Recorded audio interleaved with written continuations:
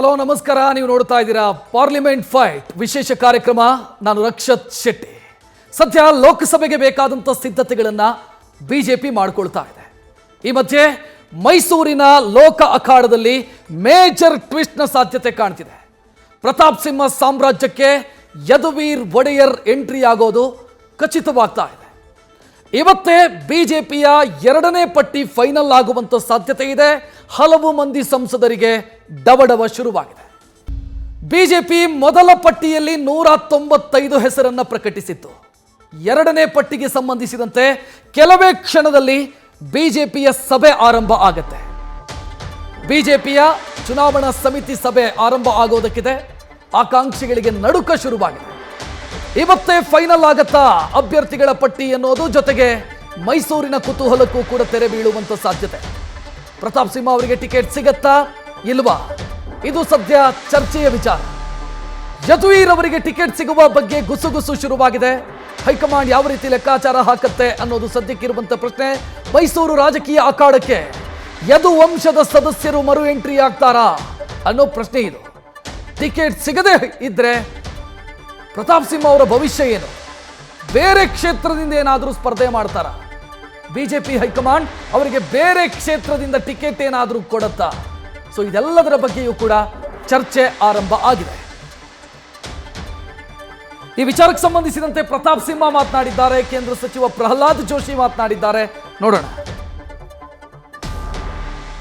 ಎಲ್ಲ ಕೆಲಸ ಮಾಡೀನಿ. ಮುಂದಿನ ದಿನಗಳಲ್ಲಿ ಮೈಸೂರಿಗೆ ಮೆಟ್ರೋ ಟ್ರೈನನ್ನು ತರ್ತೀನಿ. ಎಲ್ಲ ಕೆಲಸ ಕಾರ್ಯಗಳು ಆಗ್ತಾ ಇದೆ. ಚುನಾವಣೆ ಅಂತಂದರೆ ಆಕಾಂಕ್ಷಿಗಳು ಇರ್ತಾರೆ.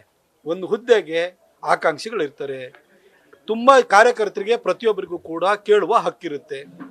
ಅಂತಿಮವಾಗಿ ನಮ್ಮ ರಾಜ್ಯ ನಾಯಕರು, ನಮ್ಮ ಯಡಿಯೂರಪ್ಪ ಸಾಹೇಬರು, ರಾಜ್ಯಾಧ್ಯಕ್ಷರು, ನಮ್ಮ ಹಿರಿಯ ನಾಯಕರು, ಸಂಘದ ಅಭಿಪ್ರಾಯ ಹಾಗೂ ಕೇಂದ್ರದಲ್ಲಿರುವಂತಹ ಮೋದಿಜಿ, ಸೆಂಟ್ರಲ್ ಎಲೆಕ್ಷನ್ ಕಮಿಟಿ ಎಲ್ಲರೂ ಕೂಡ ನಮ್ಮ ಪರ್ಫಾರ್ಮೆನ್ಸನ್ನು ಇವ್ಯಾಲ್ಯೂಯೇಷನ್ ಮಾಡಿ ಒಳ್ಳೆ ಕೆಲಸ ಮಾಡಿದೀವ ಬರೀ ಅಥವಾ ಹೆಸರು ಹೇಳ್ಕೊಂಡೆ ನಾವು ಸುಮ್ಮನೆ ಓಡಾಡ್ತಿದ್ದೀವ ಅಂತಲೂ ನೋಡ್ತಾರೆ.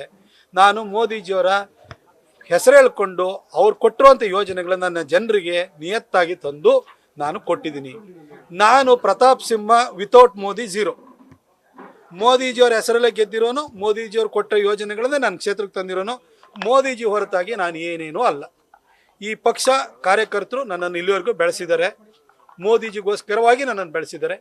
ಈ ಪಕ್ಷದ ವಿಶ್ವಾಸ ನನ್ನ ಮೇಲಿದೆ ಅಂತ ನನಗೆ ಖಚಿತವಾಗಿ ಗೊತ್ತಿದೆ. ಆದಷ್ಟು ಬೇಗ ಒಳ್ಳೆಯ ಸುದ್ದಿಯನ್ನು ನಮ್ಮ ಕೇಂದ್ರದ ನಾಯಕರು, ರಾಜ್ಯದ ನಾಯಕರು ಕೊಟ್ಟು ನನಗೆ ಮತ್ತೊಂದು ಅವಕಾಶವನ್ನು ಮಾಡಿಕೊಡ್ತಾರೆ ಅಂತ ವಿಶ್ವಾಸ ಇದೆ. ನಮ್ಮ ಪ್ರಧಾನಿ ಅವರಿಗೆ ಅವರ ಬಗ್ಗೆ ಪುಸ್ತಕನೂ ಬರೆದವನು ನಾನು. ಅವರಿಗೆ ನನ್ನ ಬಗ್ಗೆನೂ ಅರಿವಿದೆ. ಖಂಡಿತ ಅವರು ನನಗೆ ಆಶೀರ್ವಾದ ಮಾಡ್ತಾರೆ ಅಂತ ವಿಚಾರ. ಹಾಗಾಗಿ ಎಲ್ಲರಿಗೂ ಮುಂದೆ ಕನ್ವಿನ್ಸ್ ಮಾಡ್ತೇವೆ. ಮತ್ತು ಜನನೂ ನರೇಂದ್ರ ಮೋದಿ ಅವರಿಗೆ ಓಟ್ ಹಾಕ್ಬೇಕು ಅಂತ ತೀರ್ಮಾನ ಮಾಡ್ಯಾರ. ಇದರಲ್ಲಿ ಯಾರ್ದು ಇಂಡಿವಿಜುವಲ್ ಏನು ಪ್ರಶ್ನೆ ಇಲ್ಲ. ಹಾಗಾಗಿ ಎಲ್ಲರ ಜೊತೆಗೆ ಮಾತುಕತೆ ಮಾಡಿ ಸರಿಪಡಿಸ್ತೀವಿ.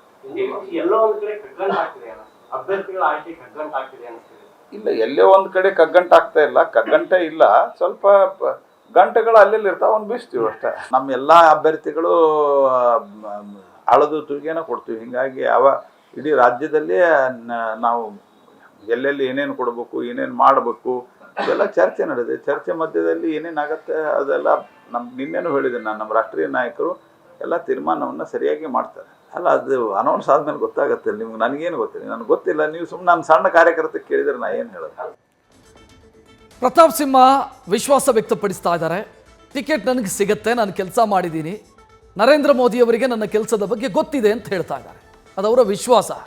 ಆದರೆ ಮೈಸೂರು ಟಿಕೆಟ್ನ ವಿಚಾರದಲ್ಲಿ ಯದುವಂಶದ ಹೆಸರು ಕೇಳಿ ಬರ್ತಾ ಇರೋದು ನಿಜ. ಕಾರಣ ಇದೆ ಅದಕ್ಕೆ. ಯಾಕೆ ಯದುವೀರ್ ಅವರ ಹೆಸರು ಕೇಳಿ ಬರ್ತಾ ಇದೆ? ಯದುವೀರ್ ಅವರಿಗೆ ಅವರ ಪತ್ನಿ ತ್ರಿಷಿಕಾ ಕುಟುಂಬದಿಂದ ಒತ್ತಡ ಇದೆ. ನೀವು ಮೈಸೂರಿನಿಂದ ಸ್ಪರ್ಧೆ ಮಾಡಬೇಕು ಅನ್ನೋ ಒತ್ತಾಯ ಇದೆ. ಯಾಕೆ ಅಂತಂದರೆ ತ್ರಿಷಿಕಾ ಅವರ ತಂದೆ ಹರ್ಷವರ್ಧನ್ ಸಿಂಗ್ ಬಿಜೆಪಿಯ ರಾಜ್ಯಸಭೆಯ ಮಾಜಿ ಸದಸ್ಯರು. 2022 ಜುಲೈ ತಿಂಗಳಿಗೆ ಅವರ ರಾಜ್ಯಸಭೆಯ ಅವಧಿ ಮುಕ್ತಾಯ ಆಗಿತ್ತು. ನಂತರ ಅವರು ಕಂಟಿನ್ಯೂ ಆಗಿರಲಿಲ್ಲ. ಸೊ ಈಗ ಅಳಿಯನಿಗೆ ಟಿಕೆಟ್ ಕೇಳ್ತಾ ಇದ್ದಾರೆ ಅವರು. ಇನ್ನು ಇವರು ಯಾರು? ಇವರ ರಾಜಕೀಯ ಹಿನ್ನೆಲೆ ಅಥವಾ ಫ್ಯಾಮಿಲಿ ಹಿನ್ನೆಲೆ ಏನು? ಹರ್ಷವರ್ಧನ್ ಸಿಂಗ್ ಪ್ರಭಾವಿ ದುಂಗರ್ಪುರ್ ರಾಜಮನೆತನಕ್ಕೆ ಸೇರಿರುವಂಥವ್ರು. ಸದ್ಯ ನನ್ನ ಅವಧಿ ಮುಕ್ತಾಯ ಆಯಿತು, ರಾಜ್ಯಸಭೆಯ ಅವಧಿ ಮುಕ್ತಾಯ ಆಯಿತು. ನನ್ನನ್ನು ಕಂಟಿನ್ಯೂ ಮಾಡಲಿಲ್ಲ, ಕಾರಣ ಆಗ ರಾಜಸ್ಥಾನದಲ್ಲಿ ಕಾಂಗ್ರೆಸ್ ಸರ್ಕಾರ ಇತ್ತು. ಸೊ ನನ್ನನ್ನು ಕಂಟಿನ್ಯೂ ಮಾಡಿಲ್ಲ, ಈಗ ನನ್ನ ಅಳಿಯನಿಗೆ ಟಿಕೆಟ್ ಕೊಡಿ ಅಂತ ಅವ್ರು ಕೇಳ್ತಾ ಇದ್ದಾರೆ. ಹರ್ಷವರ್ಧನ್ ಅಳಿಯನ ರಾಜಕೀಯ ಪ್ರವೇಶಕ್ಕೆ ನಿರಂತರವಾಗಿ ಒತ್ತಡ ಮತ್ತು ಪ್ರಯತ್ನವನ್ನು ಕೂಡ ಅವರು ಮಾಡ್ತಾ ಇದ್ದಾರೆ. ಸದ್ಯ ಮಾವನ ಒತ್ತಾಯಕ್ಕೆ ಯದುವೀರ್ ಒಡೆಯರ್ ಕೂಡ ಮಣಿದಿರೋ ರೀತಿಯಲ್ಲಿ ಕಾಣ್ತಾ ಇದೆ. ಡೈರೆಕ್ಟ್ ಆಗಿ ಅಮಿತ್ ಶಾ ಅವರಿಗೆ ಬೇಡಿಕೆಯನ್ನು ಇಡಲಾಗಿದೆ. ಇತ್ತ ಪ್ರಮೋದಾದೇವಿ ಒಡೆಯರ್ ಅವರು ಕೂಡ ಯದುವೀರ್ ಅವರ ರಾಜಕೀಯ ಪ್ರವೇಶಕ್ಕೆ ಗ್ರೀನ್ ಸಿಗ್ನಲ್ ಕೊಟ್ಟಿದ್ದಾರೆ ಅನ್ನೋ ಮಾತುಗಳು ಕೂಡ ಕೇಳಿಬರ್ತಾ ಇದೆ. ಆ ಕಾರಣಕ್ಕಾಗಿ ಎಲ್ಲವೂ ರೆಡಿಯಾಗಿದೆ, ಟಿಕೆಟ್ ಕೊಡೋದೊಂದಷ್ಟೇ ಬಾಕಿ. ಪ್ರತಾಪ್ ಸಿಂಹ ಅವರಿಗೆ ಟಿಕೆಟಾ, ಯದುವೀರ್ ಒಡೆಯರ್ ಅವರಿಗೆ ಟಿಕೆಟಾ ಅನ್ನೋ ಪ್ರಶ್ನೆ. ಇನ್ನು ಬಿಜೆಪಿ ಬೇರೊಂದು ರೀತಿಯ ಲೆಕ್ಕಾಚಾರವನ್ನು ಹಾಕ್ಕೊಂಡಿದೆ. ಬಿಜೆಪಿಯ ಕೆಲ ನಾಯಕರು ರಾಜಮನೆತನಕ್ಕೆ ಏನಾದರೂ ಟಿಕೆಟ್ ಕೊಟ್ಟರೆ, ಅವಕಾಶ ಕೊಟ್ಟರೆ ಅದರಿಂದಾಗಿ ಬಿಜೆಪಿಗೆ ರಾಜಕೀಯ ಲಾಭ ಆಗುತ್ತೆ ಅನ್ನೋದು ಅವರ ನಿರೀಕ್ಷೆ. ಯಾಕಂತಂದರೆ ಈ ಹಳೆ ಮೈಸೂರು ಭಾಗದಲ್ಲಿ ಮೈಸೂರಿನ ರಾಜಮನೆತನ ಅಂತಂದರೆ ಭಾವನಾತ್ಮಕವಾಗಿ ಬಹಳ ಪ್ರೀತಿ ಇದೆ. ಆ ಪ್ರೀತಿಯೇ ರಾಜಕೀಯವಾಗಿ ಅನುಕೂಲವನ್ನು, ಲಾಭವನ್ನು ತಂದುಕೊಡುತ್ತೆ. ಅಥವಾ ಭಾವನಾತ್ಮಕವಾಗಿ ಜನ ಮೈಸೂರಿನ ರಾಜವಂಶದ ಬಗ್ಗೆ ದೊಡ್ಡ ಮಟ್ಟದ ಪ್ರೀತಿ, ಗೌರವ ಇಟ್ಕೊಂಡಿದ್ದಾರೆ. ಸೊ ಈ ಕಾರಣಕ್ಕಾಗಿ ನಮಗೆ ಲಾಭ ಆಗತ್ತೆ ಅನ್ನೋದು ಬಿಜೆಪಿಯ ಕೆಲ ನಾಯಕರ ಲೆಕ್ಕಾಚಾರ. ಆ ಕಾರಣಕ್ಕಾಗಿ ಬಿಜೆಪಿಯ ಕೆಲ ನಾಯಕರು ಕೂಡ ಪ್ರಯತ್ನವನ್ನು ಮಾಡ್ತಾ ಇದ್ದಾರೆ.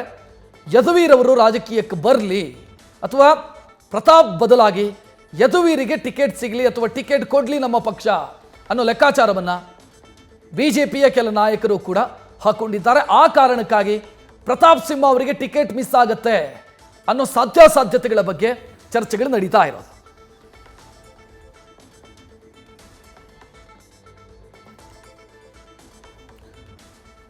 ಇನ್ನು ಮೈಸೂರಿನ ರಾಜವಂಶ ಈ ಹಿಂದೆ ರಾಜಕೀಯವಾಗಿ ಯಾವಾಗೆಲ್ಲ ಗುರುತಿಸಿಕೊಂಡಿತ್ತು ಅನ್ನೋದನ್ನು ಕೂಡ ಒಮ್ಮೆ ನೋಡಿಬಿಡೋಣ. ಏನು ಲಿಂಕ್ ಇದೆ ರಾಜಕೀಯವಾಗಿ? ರಾಜ್ಯದ ಮೊದಲ ಗವರ್ನರ್ ಜಯಚಾಮರಾಜೇಂದ್ರ ಒಡೆಯರ್, ಅಂದರೆ ಭಾರತ ಸ್ವಾತಂತ್ರ್ಯಗೊಂಡು ಮೈಸೂರು ಸಂಸ್ಥಾನ ಭಾರತದ ಜೊತೆಗೆ ವಿಲೀನ ಆದಂಥ ಸಂದರ್ಭದಲ್ಲಿ ಕರ್ನಾಟಕದ ಅಥವಾ ಆಗಿನ ಮೈಸೂರು ರಾಜ್ಯದ ಮೊದಲ ಗವರ್ನರ್ ಆಗಿದ್ದಿದ್ದು ಜಯಚಾಮರಾಜೇಂದ್ರ ಒಡೆಯರ್. ಅಂದರೆ ಈಗಿನ ಯದುವೀರ್ ಅವರ ಅಜ್ಜ. ಸೊ ಅವರು ಈ ರಾಜ್ಯದ ಮೊದಲ ಗವರ್ನರ್ ಆಗಿದ್ದರು. ಆ ನಂತರ 1984ರಲ್ಲಿ ನೇರವಾಗಿ ರಾಜಕೀಯ ಪ್ರವೇಶ ಮಾಡಿದರು ಶ್ರೀಕಂಠದತ್ತ ಒಡೆಯರ್. 1984ರಲ್ಲಿ ಕಾಂಗ್ರೆಸ್ ಮೂಲಕ ಲೋಕಸಭಾ ಸದಸ್ಯರಾಗಿ ಶ್ರೀಕಂಠದತ್ತ ಒಡೆಯರ್ ಆಯ್ಕೆಯಾದರು. ನಂತರ ಅವರು 4 ಬಾರಿ ಗೆದ್ದರು. 84ರಲ್ಲಿ ಒಂದು ಸಲ, 89ರಲ್ಲಿ, 96ರಲ್ಲಿ ಮತ್ತು 99ರಲ್ಲಿ ಮೈಸೂರಿನ ಸಂಸದರಾಗಿ ಅವರು ಸೇವೆ ಸಲ್ಲಿಸಿದರು. ಇನ್ನು 1991ರಲ್ಲಿ ಬಿಜೆಪಿಗೆ ಬಂದಿದ್ದರು ಶ್ರೀಕಂಠದತ್ತ ನರಸಿಂಹರಾಜ ಒಡೆಯರ್. ಅವರು ಸೋತರು. ಆ ಸಂದರ್ಭವನ್ನು ಒಮ್ಮೆ ನಾವು ಮೆಲುಕು ಹಾಕಬೇಕಾಗತ್ತೆ. 91ರ ಹೊತ್ತಿಗೆ ಇಡೀ ದೇಶದಲ್ಲಿ ಬಿಜೆಪಿಯ ರಥಯಾತ್ರೆ ಸಾಗ್ತಾ ಇತ್ತು ರಾಮ ಮಂದಿರಕ್ಕೆ ಸಂಬಂಧಿಸಿದಂತೆ. ಆ ವೇಳೆ ಮಧ್ಯಪ್ರದೇಶದ ವಿಜಯರಾಜೇ ಸಿಂಧ್ಯಾ, ಅಂದರೆ ಈಗಿನ ಜ್ಯೋತಿರಾದಿತ್ಯ ಸಿಂಧ್ಯಾ ಅವರ ಅಜ್ಜಿ, ಅವರು ಬಿಜೆಪಿಯ ಸಂಸ್ಥಾಪಕ ಸದಸ್ಯರು.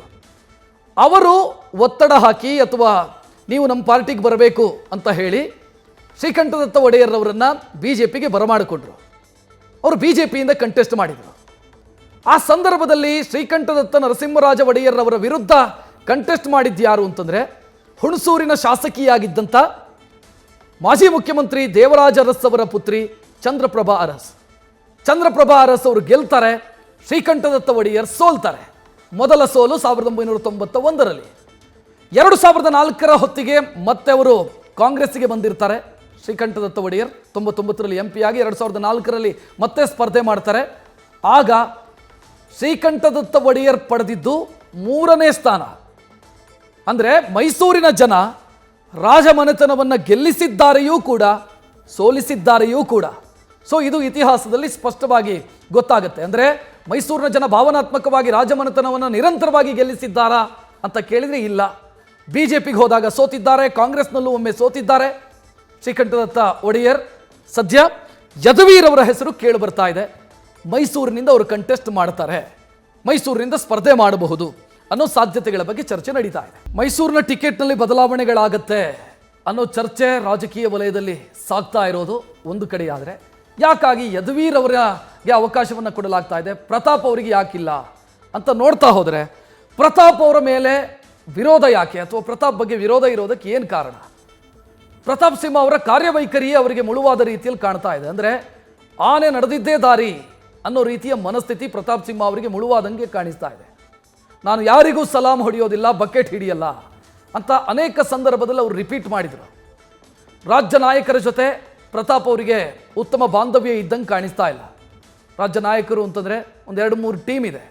ಆ ಯಾವ ಟೀಮ್ನಲ್ಲೂ ಕೂಡ ಪ್ರತಾಪ್ ಸಿಂಹ ಗುರುತಿಸಿಕೊಂಡಿಲ್ಲ. ಬದಲಾಗಿ ತಾನಾಯಿತು, ತನ್ನ ಕೆಲಸ ಆಯಿತು ಅನ್ನೋ ರೀತಿಯಲ್ಲಿ ಪ್ರತಾಪ್ ಸಿಂಹ ಇದ್ದಿದ್ದೇ ಅಥವಾ ಇರೋದೇ ಅವರಿಗೆ ಸಮಸ್ಯೆಯ ರೀತಿಯಲ್ಲಿ ಕಾಣ್ತಾ ಇದೆ. ಜೊತೆಗೆ ಮೈಸೂರಿನ ಸ್ಥಳೀಯ ಬಿಜೆಪಿ ನಾಯಕರ ಜೊತೆಗೂ ಕೂಡ ವೈಮನಸ್ಸಿದೆ ಪ್ರತಾಪ್ ಸಿಂಹ ಅವರಿಗೆ.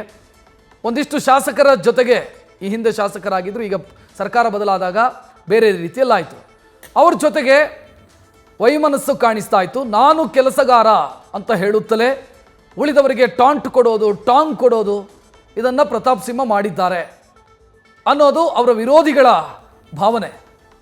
ಪ್ರತಾಪ್ ಸಿಂಹ ಅವ್ರದ್ದು ಇನ್ನೊಂದು ಪ್ರಾಬ್ಲಮ್ ಅಂತಂದರೆ ಕಾರ್ಯಕರ್ತರ ಜೊತೆಗೆ ಒಡನಾಟ ಇದೆ, ನಾಯಕರ ಜೊತೆಗೆ ಒಡನಾಟ ಇಲ್ಲ ಪ್ರತಾಪ್ ಸಿಂಹ ಅವರಿಗೆ. ಕಾರ್ಯಕರ್ತರ ಜೊತೆಗೆ ನೇರ ಸಂಪರ್ಕ ಇದ್ದರೆ ನಾಯಕರ ಜೊತೆಗೆ ಒಡನಾಟ ಇಲ್ಲ, ಇದೊಂದು ಸಮಸ್ಯೆ ಆಗ್ತಾ ಇದೆ. ಜೊತೆಗೆ ವಿ ಸೋಮಣ್ಣ ಅವ್ರ ಜೊತೆಗೂ ಸಂಪರ್ಕ, BSY ಟೀಮಿಗೂ ಕೂಡ ಇದರಿಂದಾಗಿ ಅತೃಪ್ತಿ ಇದೆ ಅನ್ನೋದು ಪ್ರತಾಪ್ ಸಿಂಹ ಅವರ ಹಿನ್ನಡೆಗೆ ಕಾರಣ ಆಗ್ತಾ ಇರೋದು.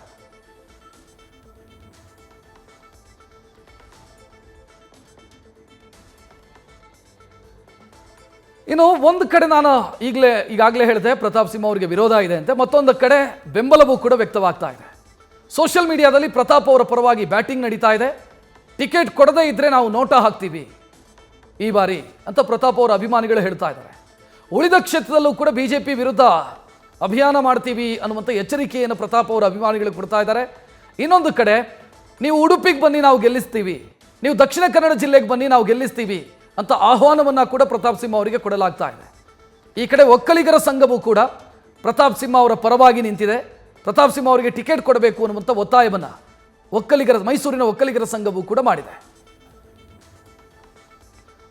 ಒಕ್ಕಲಿಗರ ಸಂಘದಿಂದ ಒಂದಿಬ್ರು ಮಾತನಾಡಿದ್ದಾರೆ. ಏನು ಮಾತನಾಡಿದ್ರು ನೋಡೋಣ. ಈಗ ಒಬ್ಬ ಒಕ್ಕಲಿಗ ಸಂಸದ ಇರುವಂಥ ಜಾಗನೂ ಕೂಡ ನೀವು ಕಸ್ಕೊಂಡು ಆ ಸ್ಥಾನವನ್ನು ಇನ್ನೊಬ್ಬರು ಕೊಡ್ತೀವಿ ಅಂತ ಹೋದಾಗ ಇದು ನೇರವಾಗಿ ಒಕ್ಕಲಿಗ ಸಮುದಾಯನ ತಾಳ್ಮೆಯನ್ನು ಕೆಣಕುವಂಥ ಕೆಲಸವನ್ನು ಭಾರತೀಯ ಜನತಾ ಪಕ್ಷ ಮಾಡ್ತಾ ಇದೆ. ಇವತ್ತು ಭಾರತೀಯ ಜನತಾ ಪಕ್ಷ ಜೊತೆ JDS ಮೈತ್ರಿ ಆಗಿದೆ. JDSಗೆ ಅತಿ ಹೆಚ್ಚು ಬ್ಯಾಕ್ ಬೋನ್ ವೋಟರ್ಸ್ ಅಂತಂದರೆ ಒಕ್ಕಲಿಗ ಸಮುದಾಯ. ಒಬ್ಬ ಒಕ್ಕಲಿಗ ಸಮುದಾಯದ ಸಂಸದನ್ನ ಅವ್ರನ್ನ ಸ್ಥಾನ ಪಲ್ಲಾಟ ಮಾಡಿ ಇನ್ನೊಬ್ರಿಗೆ ಅವಕಾಶ ಮಾಡಿಕೊಡುವಂಥ ಏನು ಮನಸ್ಥಿತಿ ಇದೆ, ಇದು ಇತರ 28 ಜಿಲ್ಲೆ 28 ಕ್ಷೇತ್ರಗಳ ರಾಜ್ಯದ 28 ಕ್ಷೇತ್ರಗಳಲ್ಲಿ ಬಹುತೇಕ ಒಂದು 11ರಿಂದ 12 ಕ್ಷೇತ್ರಗಳಲ್ಲಿ ಒಕ್ಕಲಿಗರು ಒಂದು ನಿರ್ಣಾಯಕ ಮತದಾರರಿದ್ದಾರೆ. ಅಂಥ ಕ್ಷೇತ್ರಗಳಲ್ಲಿ ಕೂಡ ಇದು ಪ್ರತಿಕೂಲ ಪರಿಣಾಮವನ್ನು ಉಂಟು ಮಾಡುವಂಥ ಅವಕಾಶ ಇರೋದ್ರಿಂದ ಭಾರತೀಯ ಜನತಾ ಪಕ್ಷದ ಮುಖಂಡರು ಹಾಗೂ JDS ಪಕ್ಷದ ಮುಖಂಡರು ಒಟ್ಟಾರೆ ಮೈತ್ರಿ ಅಭ್ಯರ್ಥಿಯಾಗಿ ಪ್ರತಾಪ್ ಸಿಂಹ ಅವ್ರನ್ನ ಘೋಷಿಸುವಂಥದ್ದೇ ಈಗಿರುವಂಥ ಒಂದು ಮಾತ್ರ ಗೆಲ್ಲುವಂಥ ಅವಕಾಶ ಇರುವಂಥ ಒಬ್ಬರ ವ್ಯಕ್ತಿ ಪ್ರತಾಪ್ ಸಿಂಹ ಅವರು. ಈ ಬಗ್ಗೆ ಮಾತನಾಡೋದಕ್ಕೆ ನಮ್ಮ ಜೊತೆಗೆ ಹಿರಿಯ ಪತ್ರಕರ್ತ, ರಾಜಕೀಯ ವಿಶ್ಲೇಷಕ BV ಶಿವಶಂಕರ್ ನೇರ ಸಂಪರ್ಕದಲ್ಲಿ. ಸರ್ ನಮಸ್ತೆ. ನಮಸ್ಕಾರ. ಯದುವೀರ್ ಅವರನ್ನ ರಾಜಕೀಯಕ್ಕೆ ಕರೆ ತರಬೇಕು ಅನ್ನುವಂಥ ಉತ್ಸಾಹನ ಇದು, ಅಥವಾ ಪ್ರತಾಪ್ ಸಿಂಹ ಬೇಡ ಅನ್ನುವಂಥ ಲೆಕ್ಕಾಚಾರನ, ಏನಿದು? ಇದು ರಕ್ಷಿತ್, ಇಲ್ಲಿ ಒಂದ್ ರೀತಿ ನಮಗೆ ಈ ಪರ್ಟಿಕ್ಯುಲರ್ ಸಬ್ಜೆಕ್ಟ್ ನಮ್ಮ ಸ್ವಂತ ವಿಷಯ ಅಂತ ಕೂಡ ಅನ್ನಿಸ್ತಾ ಇದೆ ಒಂದು ಆಂಗಲ್ ಇಂದ.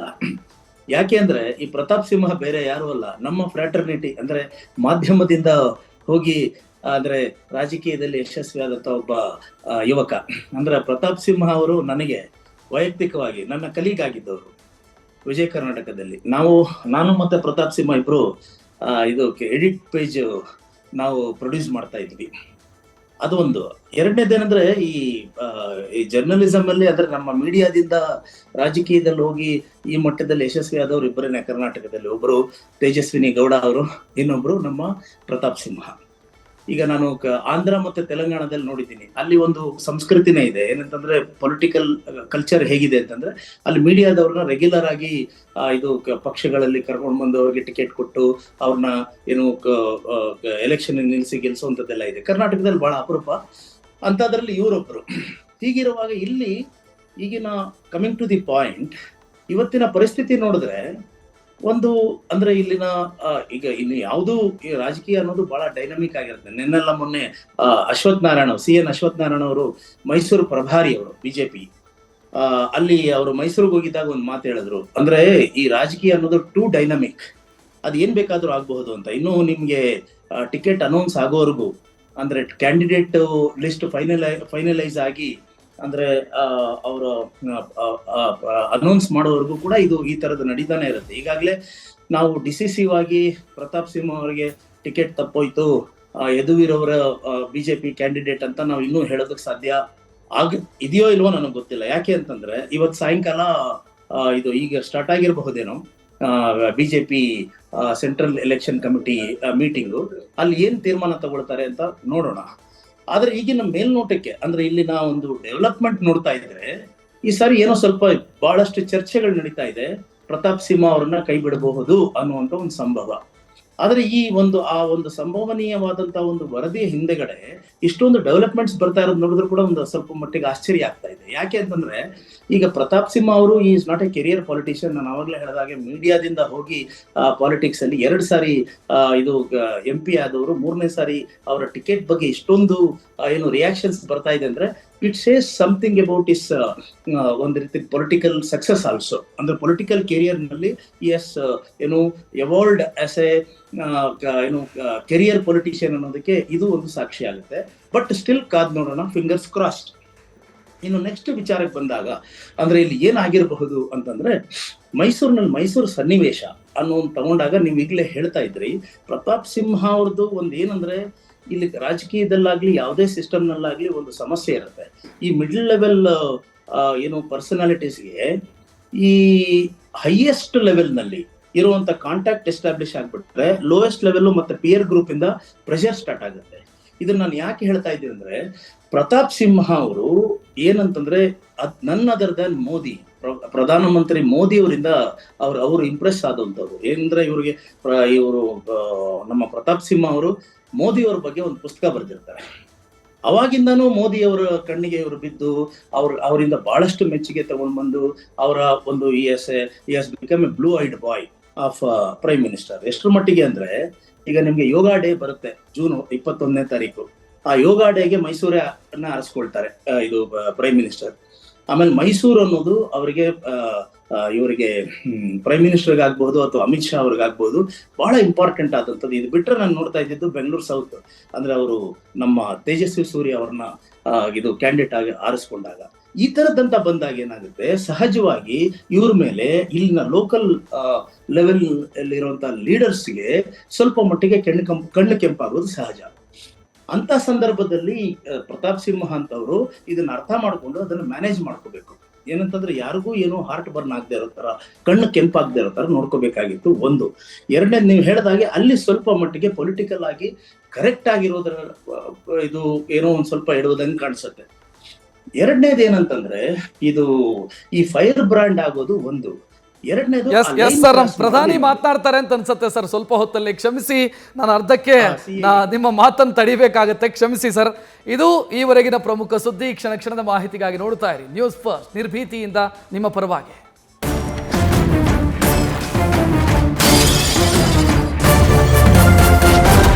ನ್ಯೂಸ್ ಫಸ್ಟ್, ನಿರ್ಭೀತಿಯಿಂದ ನಿಮ್ಮ ಪರವಾಗಿ.